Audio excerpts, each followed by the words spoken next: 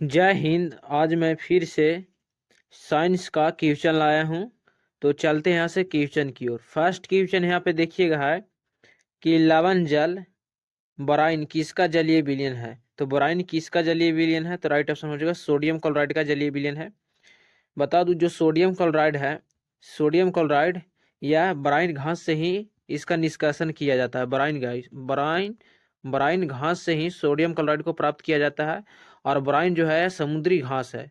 समुद्री घास को, जो बोराइन को एक गहरी अच्छी तरह सुखा लिया जाता है समुद्र से प्राप्त कर कर, और इसे गहरी गड्ढी में जलाया जाता है। और गहरी गड्ढी में जलाने के बाद जो राख प्राप्त होता है उस राख को केल्प कहा जाता है। इस घास को जलाने के बाद, बोराइन घास को जलाने के बाद जो राख प्राप्त होता है उस केल्प कहते हैं। और इस केल्प के जलीय विलीन करने से, आंशिक रावाकरण करने से सोडियम क्लोराइड प्राप्त होता है। ये सब बातें याद रखना। बोराइन क्या है? तो एक समुद्री घास है। और उसके बाद यहाँ से नेक्स्ट क्वेश्चन देखिए। और सोडियम हाइड्रोक्साइड के बारे में बता दूं कि सोडियम हाइड्रोक्साइड एक भस्म है। सोडियम बाइकार्बोनेट को खाने वाला सोडा भी कहा जाता है। याद रखना, सोडियम बाइकार्बोनेट को खाने वाला सोडा कहा जाता है। यह सोडियम कार्बोनेट है।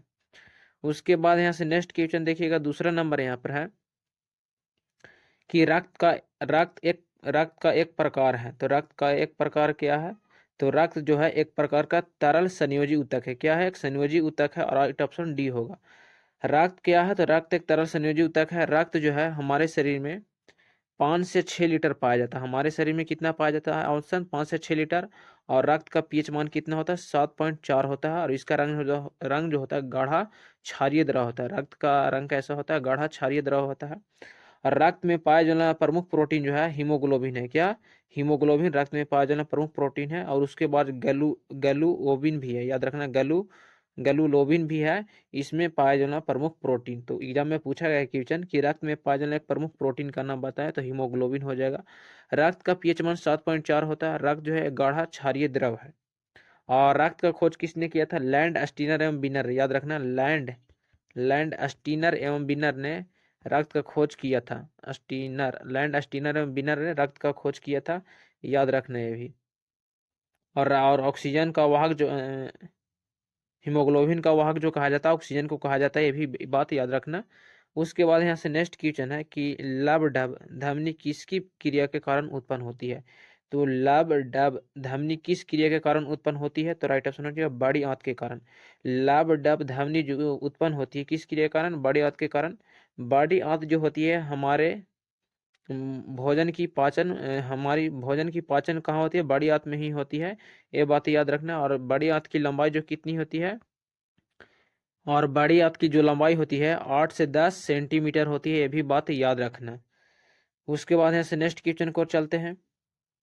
नेक्स्ट क्वेश्चन, चौथा नंबर यहाँ पे क्वेश्चन है कि पेट्रोल का मुख्य संगठक क्या है। तो पेट्रोल का मुख्य संगठक जो है क्या है?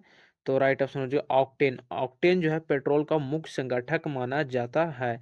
राइट ऑप्शन बी होगा। उसके अलावा बता दूं, पावर एल्कोहल या पावर एल्कोहल जानते हैं? पावर एल्कोहल के माध्यम से ही पेट्रोल नहीं रहेगा तो वहाँ पे पावर एल्कोहल भी वहाँ पे पेट्रोल का काम करता है। पावर एल्कोहल में क्या होता है कि 80% पेट्रोल और 20% एल्कोहल। एल्कोहल कहने का मतलब दारू। 80% पेट्रोल होता है इसमें, और 20% एल्कोहल के मिश्रण को ही पावर एल्कोहल कहा जाता है। इसके माध्यम से भी गाड़ी चलाया जाता है। तो पेट्रोल का मुख्य संघटक ऑक्टेन है। इसके बाद यहाँ से नेक्स्ट क्वेश्चन चलते हैं। 5 नंबर यहाँ पे क्वेश्चन देखिएगा है कि प्राकृतिक गैस का मुख्य अवयव क्या है। तो प्राकृतिक गैस का मुख्य अवयव का नाम पूछा जा रहा है। तो राइट ऑप्शन हो जाएगा मीथेन। मीथेन का सूत्र CH4 होता है। याद रखना, मीथेन, जिसे मीथेन भी बोलते हैं, मेथेन को मीथेन भी बोलते हैं। याद रखने सब। CH4 प्राकृतिक गैस का मुख्य अवयव है। और मेथेन को बता दूं कि मेथेन को मार्स गैस, याद रखना, मार्स गैस भी बोला जाता है मेथेन को, या आदर्श गैस। मार्स गैस के नाम याद रखना। मेथेन को मार्स गैस बोला जाता है। और दलदली गैस भी बोला जाता है। याद रखना, दलदली गैस किसे बोला जाता है? तो मेथेन को ही बोला जाता है। और मार्स गैस किसे बोला जाता है? मेथेन को ही बोला जाता है। ये सब बातें याद रखना। और इसके अलावा बता दूं, मीथेन जो है हमारे धान का क्षेत्र, याद रखना, धान जहाँ पे होती है धान की खेती, वहाँ पर भी मीथेन गैस पाया जाता है धान की खेती में। जैसे फिलहाल अभी धान की कटाई चल रही होगी जहाँ पे, तो वहाँ पे धान की खेत जहाँ होती है वहाँ पे मीथेन गैस पाया जाता है। ये भी याद रखना। और यहाँ से फिर नेक्स्ट क्वेश्चन चलते हैं। 5 नंबर क्वेश्चन की ओर। 5 नंबर यहाँ पे क्वेश्चन है कि कुछ स्थानों में वनस्पति के अपघटन के कारण उत्पन्न गैस को कहते हैं। तो कुछ स्थानों में वनस्पति के अपघटन के कारण उत्पन्न गैस को हम लोग जो बोलते हैं वो मीथेन गैस बोलते हैं। क्या? Methane gas. कुछ के स्थानों में वनस्पति के अपघटन के कारण उत्पन्न गैस को मीथेन गैस बोलते हैं। ये सब बातें याद रखना। जिसे हम बताएं, इसे मार्स गैस बोला जाता है और इसे दलदली गैस बोला जाता है और यह धान के कटाई के क्षेत्रों में पाया जाता है। ये सब बातें याद रखना। उसके बाद यहाँ से नेक्स्ट क्वेश्चन चलते हैं। उसके बाद यहाँ से नेक्स्ट क्वेश्चन देखिएगा, 7वां नंबर यहाँ पे क्वेश्चन है कि अभिक्रिया हाइड्रोजन प्लस क्लोरीन की ये अभिक्रिया से हाइड्रोक्लोरिक अम्ल बनती है। जब सूर्य के प्रकाश की उपस्थिति में हाइड्रोजन जब क्लोरीन से अभिक्रिया करता है तो हाइड्रोक्लोरिक अम्ल बनता है। इसमें HCl क्या है? तो HCl जो है क्या है, यहाँ पर ऑप्शन दिया है अभिकारक, उत्पाद, उत्प्रेरक, निष्क्रिय गैस।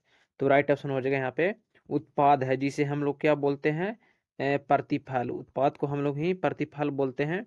जो तीर चिन्ह जो दिशा प्रदर्शित करता है, तीन चिन्ह, वो प्रतिफल की ओर संकेत करता है। और हाइड्रोजन और क्लोरीन जो है यहाँ पे ये ऑक्सीकारक क्या है, अभिकारक है, जो अभिक्रिया में भाग ले रहे हैं। तो बात याद रखना कि तीर चिन्ह जो संकेत करता है प्रतिफल की ओर संकेत करता है, उत्पाद की ओर, जिसे हम लोग बोलते हैं उत्पाद या प्रतिफल। तो हाइड्रोक्लोरिक अम्ल जिसे बोलते हैं, जिसे हम लोग इसको हम लोग रासायनिक नाम जो है म्यूरिटिक अम्ल, याद रखना। म्यूरिटिक अम्ल किसे बोलते हैं? म्यूरिटिक अम्ल हम लोग बोलते हैं हाइड्रोक्लोरिक अम्ल को ही बोला जाता है, जो हमारे भोजन के पाचन में सहायता करता है, हाइड्रोक्लोरिक अम्ल। ये सब बातें याद रखना। और यहाँ पे HCl प्रतिफल बना है हाइड्रोजन प्लस क्लोरीन से अभिक्रिया से। इसका रासायनिक नाम म्यूरिटिक अम्ल है।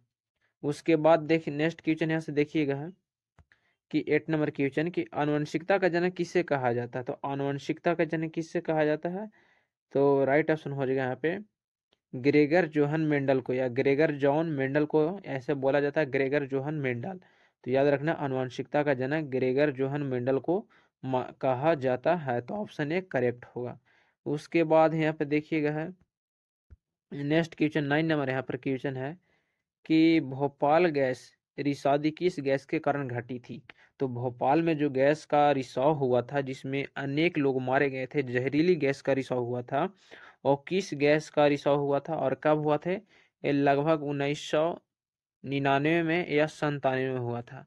तो 1997 में ही यह घटना घटी थी भोपाल गैस रिसादी की। तो कब घटी थी? 1997 में। तो किस गैस का रिसाव हुआ था? तो मिथाइल आइसोसाइनाइड का, याद रखना, मिथाइल आइसोसाइनाइड गैस का रिसाव हुआ था, जिसके कारण अनेक लोग नष्ट हो गए थे वहां पे भोपाल गैस में। तो ये घटना 1997 में घटी थी शायद। फिर नेक्स्ट क्वेश्चन 10वां नंबर गैस क्वेश्चन है कि यहाँ पे सेम क्वेश्चन रिपीट हो गया। फिर नेक्स्ट क्वेश्चन 11 नंबर देखिएगा कि मोनाजाइट बालू में निम्न में से कौन सा खनिज पाया जाता है? तो मोनाजाइट बालू कौन सा खनिज पाया जाता है? तो याद रखना मोनाजाइट बालू या मोनाजाइट रेत बालू को ही हम लोग रेत बोलते हैं। तो मोनाजाइट रेत में या बालू में कौन सा खनिज पाया जाता है? तो थोरियम खनिज। कौन? थोरियम खनिज जो है मोनाजाइट बालू में या रेत में पाया जाता है। तो ऑप्शन डी करेक्ट होगा। उसके बाद यहाँ से नेक्स्ट क्वेश्चन देख लीजिएगा। नेक्स्ट क्वेश्चन 12 नंबर यहाँ पे है कि वायुमंडलीय हवा का सबसे बड़ा घटक क्या है? तो वायुमंडलीय हवा का सबसे प्रमुख घटक क्या है? तो मैं बता दूं कि हवा जो वायु है किन किन गैस का मिश्रण है? तो कार्बन डाइऑक्साइड, मुख्य रूप से कार्बन डाइऑक्साइड, ऑक्सीजन और नाइट्रोजन गैस का मिश्रण है। कार्बन डाइऑक्साइड, ऑक्सीजन और नाइट्रोजन गैस का मिश्रण है हवा मुख्य रूप से। और कार्बन डाइऑक्साइड जो है वायुमंडल में, हमारे पृथ्वी पर वायुमंडल में कितना प्रतिशत पाया जाता है? तो 0.03% पाया जाता है, आप लोग जान रहे होंगे। और 21% जो है ऑक्सीजन पाया जाता है। ये आयतन के भार के हिसाब से 21% ऑक्सीजन पाया जाता है, लेकिन आयतन के हिसाब से जो है 23% ऑक्सीजन पाया जाता है वायुमंडल में। और वहीं पे नाइट्रोजन जो है 78% वायुमंडल में सबसे अधिक मात्रा में पाया जाने वाला नाइट्रोजन है। तो वायुमंडल का हवा का सबसे बड़ा घटक पूछ रहा है यहाँ पे। तो सबसे अधिक मात्रा में यहाँ पर कौन सी गैस पाई गई है? तो यहाँ पे नाइट्रोजन गैस है जो सबसे अधिक मात्रा में पाई गई है। तो यहाँ पे बड़ा पूछ रहा था, तो हवा का सबसे वायुमंडलीय हवा का सबसे प्रमुख घटक क्या हो जाएगा? नाइट्रोजन गैस हो जाएगा, जो 78% पाया जाता है। और ऑक्सीजन भार के हिसाब से 21% और आयतन के हिसाब से 23% पाया जाता है। कार्बन डाइऑक्साइड 0.03% पाया जाता है, याद रखना यहाँ पे। और ऑक्सीजन का खोज किया था जोसेफ प्रिस्टले ने। कौन? जोसेफ प्रिस्टले ने ऑक्सीजन का खोज किए थे। यहाँ पे लिख देता हूँ, ऑक्सीजन के खोजकर्ता कौन है? Joseph Presley. जोसेफ प्रिस्टले ने ऑक्सीजन का खोज किए थे, ये बात याद रखना। और कार्बन डाइऑक्साइड का खोज, CO2 का खोज जॉन हेलमोंट ने किए थे। कौन? जॉन हेलमोंट ने कार्बन डाइऑक्साइड का खोज किए थे। हेलमोंट हेल हेलमोंट ने हेलमाउंट जॉन हेलमाउंट ने कार्बन डाइऑक्साइड का खोज करता थे। इसके बाद यहाँ से देखिएगा, और कार्बन डाइऑक्साइड वायुमंडल में 0.03% पाया जाता है। तो यहाँ पे पूछा गया तो वायुमंडलीय हवा का सबसे प्रमुख घटक क्या होगा? तो यहाँ पे नाइट्रोजन गैस हो जाएगा, करेक्ट ऑप्शन बी। उसके बाद यहाँ पे नेक्स्ट क्वेश्चन देखिएगा है कि आभूषणों को बनाते समय सोने में मिलाई जाने वाली धातु है। तो जब हम लोग सोना बनाते हैं, आभूषण के मतलब जैसे सोना से कुछ गहना वहना बनाया जाता है, तो उस समय बनाते समय उसमें मिलाई जाने वाली धातु, कौन सी धातु मिलाई जाती है? तो आभूषण बनाते समय उसमें मिलाई जाने वाली धातु का नाम है तांबा। क्या? जिसे हम लोग कॉपर बोलते हैं, जिसका संकेत सी होता है। इसका अन्य नाम ताम्रे या तांबा है, याद रखना। ताम्रे या तांबा इसका अन्य नाम है कॉपर का। कॉपर का अन्य नाम क्या है? ताम्र या तांबा होता है, जिसका संकेत सी होता है। कॉपर जो है, कॉपर की परमाणु संख्या 29 है, यह बात याद रखना। परमाणु भार जो है 63 पॉइंट कितना है? 63.5 है। इसका परमाणु भार जो है कितना है? 63.5 है। और परमाणु संख्या 29 है, बात याद रखना। और पृथ्वी पर सबसे पहले मानव ने किस धातु का प्रयोग किया था? तो तांबा धातु का ही सबसे पहले प्रयोग किया था। और तांबा को विद्युत का अच्छा सुचालक भी माना जाता है।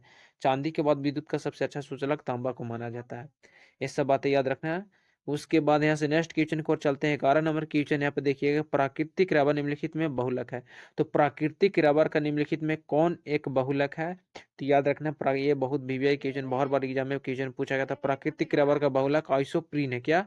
आइसोप्रीन जो है प्राकृतिक बहुलक का सबसे अच्छा नेचुरल है। प्राकृतिक रबर का बहुलक है आइसोप्रीन, ऑप्शन सी करेक्ट होगा। उसके बाद यहाँ से नेक्स्ट क्वेश्चन देखिएगा है, प्राकृतिक आइसोप्रीन। और यहाँ से नेक्स्ट क्वेश्चन देखिएगा, 12 नंबर क्वेश्चन है कि मानव शरीर में सर्वाधिक मात्रा में पाया जाता है। तो मानव शरीर में सर्वाधिक मात्रा में पाए जाने वाला यहाँ पे क्या है? तो देखिए यहाँ पे प्रोटीन है, जल है, वसा है, प्लाज्मा। तो जल जो हमारे मानव शरीर में पाया जाता है लगभग, प्लाज्मा जो है, तो राइट ऑप्शन हो जाएगा प्लाज्मा। प्लाज्मा जो है मानव शरीर में 55% पाया जाता है। कितना? 55%। उसके बाद जल के बात करूँ तो यहाँ पे जल जो है, जल भी जो मनुष्य होता है, मनुष्य मानव जिसे हम बोल सकते हैं लड़का या पुरुष में जो पाया जाता है, पुरुष में याद रखना, पुरुष में जल जो है 60% पाया जाता है। कितना? 60%। और वहीं पे हम बात करें महिला में, तो महिला में जल जो है, महिला में देखो, पुरुष में आप याद रखना, पुरुष में जल जो है 60% पाया जाता है। और महिला में जल जो है कितना? लेडीज में जो पाया जाता है 55% पाया जाता है जल। तो यहाँ पे प्लाज्मा मानव शरीर में कितना? 55% ही पाया जाता है। दोनों में यहाँ पे देखिएगा, पाँच जल जो है महिला में ज़्यादा पाया जाता है और पुरुष में कम। इसीलिए प्लाज्मा जो होता है हमारे शरीर में अधिक मात्रा में पाया जाता है, इसीलिए इसे अधिक मान्यता दिया जाता है। तो यहाँ पे जल और प्लाज्मा रहेगा, तो वहाँ पे प्लाज्मा ही मारना ऑप्शन सही करेक्ट होगा। तो मानव शरीर में सर्वाधिक मात्रा में पाया जाना, जो अधिक मात्रा में पाया जाता है प्लाज्मा, उसके बाद जल। जहाँ तहाँ किताब में देखिएगा तो वहाँ पे जल ही ऑप्शन देता है। और अच्छे किताब में देखिएगा तो वहाँ पे प्लाज्मा देता है आंसर।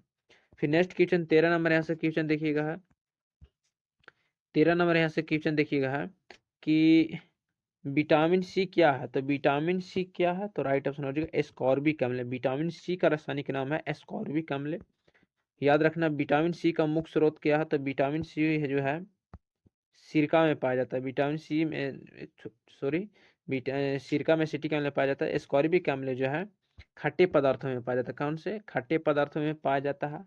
और विटामिन सी की कमी से स्कैर्बी रोग होता है। कौन सा? स्कैर्बी रोग होता है। इसमें क्या होता है, स्कैर्बी रोग में कि बच्चों के, सॉरी, मुंह से खून निकलने लगते हैं, मसूड़ों से खून निकलने लगते हैं स्कैर्बी रोग में, इसमें ये होता है। फिर उसके बाद यहाँ से नेक्स्ट क्वेश्चन देखिएगा, 14 नंबर यहाँ पे क्वेश्चन है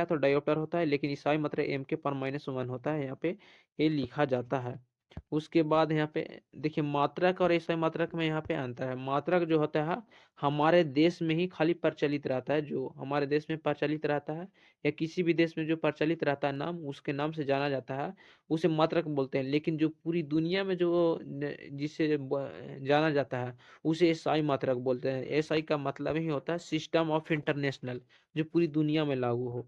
उसके बाद यहाँ से नेक्स्ट क्वेश्चन देखिएगा, 22 नंबर के क्वेश्चन है कि भारत में सूचना का अधिकार अधिनियम कब अधिनियमित किया गया था। तो भारत में जो सूचना का अधिकार अधिनियम लागू हुआ था 2005 में लागू हुआ था, याद रखना।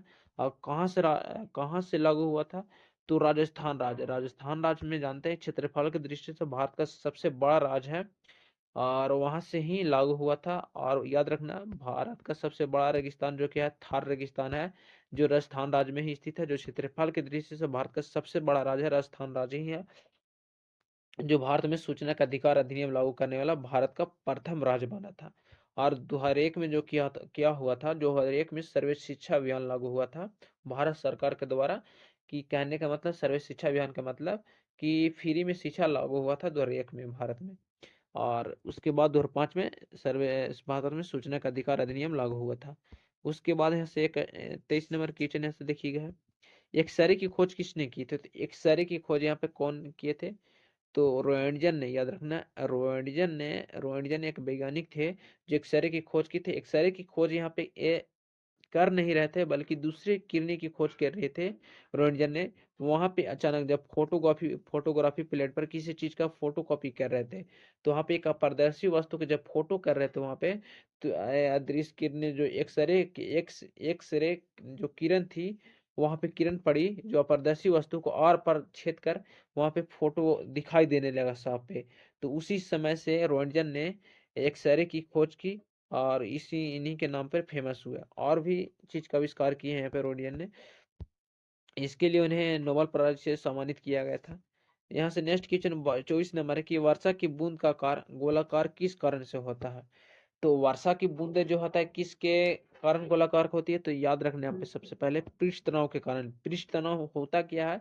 तो पृष्ठ तनाव के कारण जो होता है गोले वर्षा के बूंदे गोलाकार दिखाई देने लगते हैं। तो वर्षा की बूंदे पृष्ठ तनाव के कारण ही दिखाई देते हैं। और जो वर्षा किससे मापी जाती है? तो वर्षा की बूंद किससे मापी जाती है? तो रेन गेज, याद रखना, रेन गेज यंत्र से वर्षा की बूंद मापी जाती है। यहाँ से फिर नेक्स्ट क्वेश्चन देखिएगा है, फिर यहाँ से नेक्स्ट क्वेश्चन देखिएगा है, नेक्स्ट क्वेश्चन कि एक चुंबक के अंदर चुंबकीय बल रेखाओं की दिशा होती है। तो एक चुंबक के अंदर चुंबकीय बल रेखाओं की दिशा जो होती है क्या होती है? तो दक्षिणी ध्रुव से उत्तरी ध्रुव की ओर होती है। क्या होती है? दक्षिणी ध्रुव से उत्तरी ध्रुव की ओर होती है। ये बात याद रखनी, एक चुंबक के अंदर चुंबकीय बल रेखाओं की दिशा होती है दक्षिणी ध्रुव से उत्तरी ध्रुव की ओर। एक बात यहाँ से और याद रखना कि एक चुंबक है, मान लीजिए घोड़े का नल चुंबक है, ठीक, और एक घोड़े के नल चुंबक को स्वतंत्रता पूर्वक से लटकाए जाने पर या चुंबक को स्वतंत्रता पूर्वक से लटकाए जाने पर वह चुंबक जो ठहरता है उत्तरी ध्रुव से दक्षिण ध्रुव की ओर, किसने? नॉर्थ पोल से साउथ पोल की ओर ठहरता है। यह बातें याद रखना, यह एक स्वतंत्र चुंबक को लटकाए जाने पर। लेकिन पूछा जाएगा कि चुंबक के अंदर चुंबकीय बल रेखाओं की दिशा जो होती है क्या होती है? दक्षिणी ध्रुव से उत्तरी ध्रुव की ओर। और एक चुंबक के लटकाए जाने पर उसकी चुंबक की जो दिशा होती है वो समय हमेशा उत्तरी ध्रुव से दक्षिणी ध्रुव की ओर ठहरेगी, उत्तरी से दक्षिणी ध्रुव की ओर। उसके बाद यहाँ से नेक्स्ट क्वेश्चन देखिएगा है कि विद्युत चुंबक है, विद्युत चुंबक एक है, क्या है? तो विद्युत चुंबक उस चुंबक को कहा जाता है कि जब तक उसमें विधारा प्रवाहित हो रहा हो तब तक ही उसमें चुंबकीय गुण विद्वान हो, सो विद्युत चुंबक कहा जाता है। विद्युत चुंबक एक अस्थायी चुंबक का उदाहरण होता है। यह ऑप्शन सी करेक्ट होगा। और अस्थायी चुंबक इस्पात से बनाया जाता है, इस्पात से बनाया जाता है विद्युत चुंबक, याद रखना है। सॉरी दोस्तों, नर्म लोहे से अस्थायी चुंबक जो होता है नर्म लोहे से बनाया जाता है। नर्म लोहे, कौन से? नर्म लोहे से बनाया जाता है अस्थायी चुंबक। और अस्थायी चुंबक जो है किससे? इस्पात से बनाए जाते हैं। इस्पात से अस्थायी चुंबक और अस्थायी चुंबक नर्म लोहे से बनाए जाते हैं। फिर इसके बाद नेक्स्ट क्वेश्चन देखिएगा यहाँ पे कि चुंबक के ध्रुव है। तो चुंबक के ध्रुव क्या है? तो यहाँ पर ऑप्शन देखिएगा, अलग किए जा सकते हैं, अलग नहीं किए जा सकते, अलग अलग प्रयोग किए जा सकते हैं, इनके टुकड़ों को तोड़कर अलग किया जा सकता है। तो यहाँ पे याद रखना कि मान लीजिए एक चुंबक है, इस चुंबक का मान लीजिए साउथ पोल होगा या मान लीजिए नॉर्थ पोल, ठीक। तो इस चुंबक को हम तोड़ेंगे दो टुकड़े में, मान लीजिए इस प्रकार तोड़ दिए। तो यहाँ पे जो बनेगा ये मान लीजिए साउथ पोल बनेगा या नॉर्थ पोल बनेगा। तो यहाँ पर यही किया जा रहा है कि चुंबक के ध्रुव होते हैं उसके अलग किए जा सकते हैं, अलग नहीं किए जा सकते हैं, अलग अलग प्रयोग किए जा सकते हैं, इन टुकड़ों को तोड़कर अलग किया जा सकता है। तो देखिए पहला ऑप्शन और डी ऑप्शन दोनों सेम है, लेकिन बी और सी जो ऑप्शन है अलग अलग है। तो यहाँ पे ऑप्शन कौन सा सी करेक्ट होगा? तो बी ऑप्शन करेक्ट होगा, अलग नहीं किए जा सकते। यहाँ पे तोड़े एक चुंबक को तो यहाँ पे बन गया साउथ पोल, ए नॉर्थ पोल। तो यहाँ पर यही किया जा रहा है कि चुंबक के ध्रुव को कितना भी टुकड़ा क्यों नहीं किया जाए, एक पूर्ण चुंबक ही बन जाता है। वह साउथ पोल और नॉर्थ पोल को दर्शाएगा ही दर्शाएगा, क्योंकि वो अपने चुंबकीय चुंबकीय गुण नहीं खोता है। तो याद रखना, चुंबक के ध्रुव चुंबक के ध्रुव को अलग नहीं किया जा सकता है, यहाँ पर यही इसका अर्थ निकलता है। 4 नंबर यहाँ से क्वेश्चन देखिएगा कि एक चुंबक को दो टुकड़े में टूट टूट जाता है। मान लीजिए एक चुंबक है, ठीक, ये चुंबक है, ये मान लीजिए साउथ पोल होगा या नॉर्थ पोल, ठीक। तो एक चुंबक जो है दो टुकड़े में यहाँ से काट या टूट जाता है, किस कारण से? किसी कारण से तो टुकड़े टूट जाता है। तो इन दोनों टुकड़ों को एक दूसरे के करीब लाया जाए तो वे क्या करेंगे? तो यहाँ पे सबसे पहले समझ लीजिएगा, मान लीजिए एक चुंबक है, ठीक है, ये साउथ पोल है, ये नॉर्थ पोल। मुझे नहीं पता है कि ये साउथ पोल है या नॉर्थ पोल, या यही नॉर्थ पोल होगा या साउथ पोल, ठीक। तो इस चुंबक का जो हम एक दूसरे के करीब लाया जाएगा, अगर साउथ पोल और नॉर्थ पोल आपस में टकरेंगे तो क्या करेंगे, साउथ पोल और नॉर्थ पोल आपस में दोनों टकरेंगे तो एक दूसरे क्या करेंगे, आकर्षित करेंगे, क्या आकर्षित करेंगे एक दूसरे के, आकर्षित खींचेंगे, आकर्षित करेंगे, आकर्षित करेंगे एक दूसरे के और आकर्षित होंगे। वहीं पे अगर नॉर्थ नॉर्थ आपस में टकरेंगे, मान लीजिए नॉर्थ होगा और ये भी नॉर्थ होगा, ठीक, यही साउथ होगा, यही नॉर्थ होगा, ठीक। अगर नॉर्थ नॉर्थ आपस में टकरेंगे वहां पे तो प्रतिकर्षित होगा, एक दूसरे से दूर भागेंगे। तो यहाँ पे एक चुंबक दो टुकड़े में टूट जाता है, तो उन दोनों टुकड़ों के एक दूसरे के करीब लाया जाएगा तो आकर्षित करेंगे या प्रतिकर्षित करेंगे, एक दूसरे को आकर्षित करेंगे, एक दूसरे को प्रतिकर्षित करेंगे, ना तो आकर्षित करेंगे ना ही प्रतिकर्षित करेंगे। तो ये ऑप्शन करेक्ट होगा, आकर्षित करेंगे या प्रतिकर्षित करेंगे, तो ऑप्शन सी करेक्ट होगा यहाँ पर, क्योंकि जो चुंबक का ध्रुव जो बताया नहीं जा रहा है, अगर चुंबक का ध्रुव बताया जाता है उत्तरी ध्रुव दक्षिण ध्रुव में, तो यहाँ पे प्रतिकर्षित करता तो ऑप्शन ए करेक्ट होता। लेकिन यहाँ पे चुंबक के ध्रुव को नहीं दर्शाया गया, तो इसीलिए हम बोलेंगे आकर्षित या प्रतिकर्षित करेंगे, तो ऑप्शन सी करेक्ट होगा यहाँ पे। फोर का नेक्स्ट क्वेश्चन से देखिएगा कि अस्थायी चुंबक बनाया जाता है, तो अस्थायी चुंबक जो है तो नर्म लोहे से बनाए जाते हैं, तो ऑप्शन कौन सा करेक्ट होगा, नर्म लोहा, ऑप्शन बी करेक्ट होगा। उसके बाद 6 नंबर यहाँ से क्वेश्चन देखिएगा कि यदि एक चुंबक को दो भागों में विभक्त कर दिया जाए, मान लीजिए एक चुंबक है उसको दो भागों में विभक्त कर दिया जाता है, एक चुंबक है उस चुंबक को दो भागों में विभक्त कर दिया जाए तो क्या होगा। तो दोनों भाग पृथक पृथक चुंबक बन जाते हैं, एक भाग चुंबक तथा दूसरा भाग अचुंबक बन जाता है, एक भाग उत्तरी ध्रुव बन जाता है, दोनों भाग अनचुंबकीय बन जाते हैं। तो यहाँ पे दोनों भाग जो है, दोनों भाग पृथक पृथक चुंबक बन जाते हैं, ऑप्शन ए करेक्ट होगा। एक चुंबक है दो भागों में, मान लीजिए एक चुंबक है, ठीक, इसको दो भागों में काट दिया जाता है, तो ए साउथ पोल हो, मान लीजिए नॉर्थ पोल, ठीक। तो इस चुंबक को दोनों भागों में काट दिया जाए तो दोनों ए साउथ पोल बन जाएगा या नॉर्थ पोल बन जाएगा, या यही नॉर्थ पोल बनेगा या साउथ पोल बनेगा, ठीक। तो दोनों भाग जो है पृथक पृथक चुंबक बन जाएगा, टुकड़ा करने पर भी एक पूर्ण चुंबक का निर्माण कर लेते हैं अपने स्वयं में। उसके बाद नेक्स्ट क्वेश्चन देखिएगा कि किसी चुंबक की आकर्षण शक्ति सबसे अधिक कहाँ होती है। तो किसी चुंबक की आकर्षण शक्ति जो सबसे अधिक कहाँ होती है, कहाँ पे, तो राइट ऑप्शन होगा दोनों किनारों पर, चुंबक के दोनों किनारों पर चुंबक की आकर्षण शक्ति सबसे अधिक होती है यहाँ पर, अर्थात चुंबक के ध्रुव पर, कि दोनों किनारों पर कहने का मतलब है चुंबक के ध्रुव पर आकर्षण शक्ति सबसे अधिक होती है। और चुंबक की आकर्षण शक्ति कमजोर कहाँ होती है, तो चुंबक के मध्य भाग में, चुंबक के मध्य भाग में चुंबक की आकर्षण शक्ति कमजोर होती है। इसके बाद देखिएगा नेक्स्ट क्वेश्चन है कि किसी चुंबक की आकर्षण शक्ति सबसे कहाँ कम होती है, तो चुंबक के मध्य भाग में, ऑप्शन बी करेक्ट होगा। और सबसे अधिक चुंबक के ध्रुव या किनारों पर। निम्नलिखित में से कौन अनुचुंबकीय पदार्थ है, तो अनुचुंबकीय पदार्थ का यहाँ पे ऑक्सीजन उदाहरण हो जाएगा, ऑप्शन सी करेक्ट होगा। तो जय हिंद दोस्त, आज के वीडियो में इतना ही। अगर वीडियो पसंद हो चैनल को सब्सक्राइब जरूर कीजिएगा।